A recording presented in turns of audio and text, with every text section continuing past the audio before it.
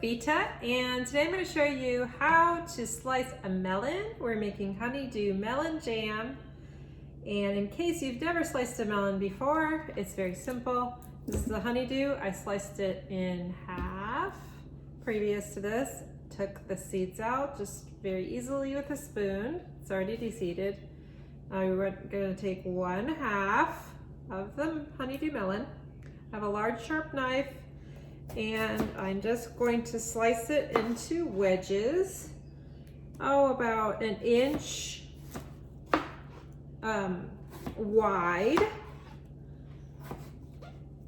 carefully. And from there, it's going to be easier to take the skin off the melon, because obviously, at least for this purpose, we don't eat the skin of the melon. Not sure that would be good for you. Probably has a lot of fiber.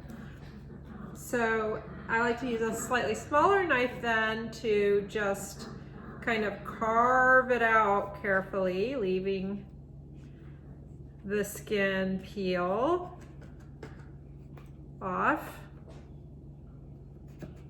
And there you have it. So here is the flesh of the melon that's delicious to eat, and I'm gonna make jam out of it. And here's the skin, which is the hard part that we don't eat, for the bin, for the compost. Now, for this particular recipe, I'm gonna do really small slices. If we're just eating it, I could keep the chunks big.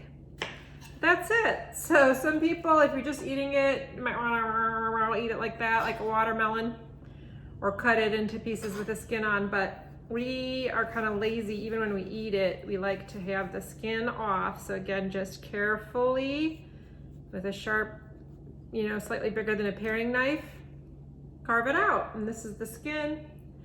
And then slice up the flesh that you'll be eating. And again, for the jam recipe, I'm gonna cut all the little pieces up smaller, kind of in small cube size, because they'll cook up faster. Okay, that's it, thanks.